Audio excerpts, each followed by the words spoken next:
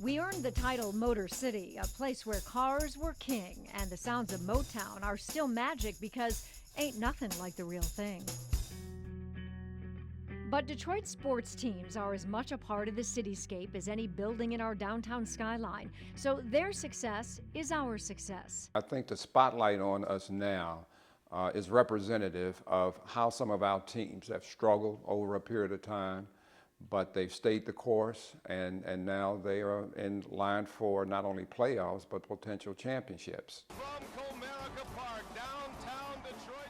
National coverage of the games also shines a light on Detroit and its fans. The teams make the people look, and they make them see that there's something else other than just what they read in the paper or hear about from other people. And Detroit is basking in the glow. Christina Lovio-George has spent 30 years working in the communications business in Detroit. She says our athletes have been a source of pride and shared hope since the Great Depression of the 30s. We were known as the City of Champions because our Lions had won what was then considered the Super Bowl. The Tigers had won the World Series in the mid-decade. And a Detroiter named Joe Louis brought us together, not just as a city, but as a nation. That lifted us up as a city, that inspired us. Violence tore the community apart in the summer of '67.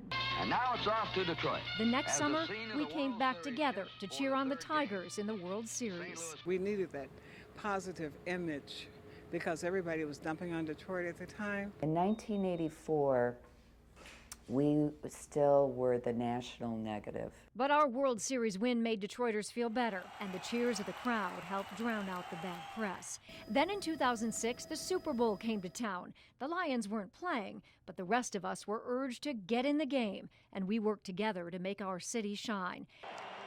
And now we're back in the spotlight. The Lions are undefeated, and the Tigers are playing for the pennant. New York Times covering us, whether it's the sport pages or the news pages, always went to the negative. Now we've got all these stories that are positive. As a Detroiter who relocated to Baltimore, Chris Abels has seen firsthand how winning teams are good for Detroit's image. When I go to Baltimore and I'm wearing my Detroit coat, people will give you thumbs up if you're winning and stuff. If you're losing, then that's when they want to say, negative things. Christina says our sports fans prove Detroiters as a group are optimistic. It's a lesson she relearns at the start of every Lions season. The first game that they win in the season, you hear people talking, we're going to the Super Bowl. That's hope. And that runs through our very fabric.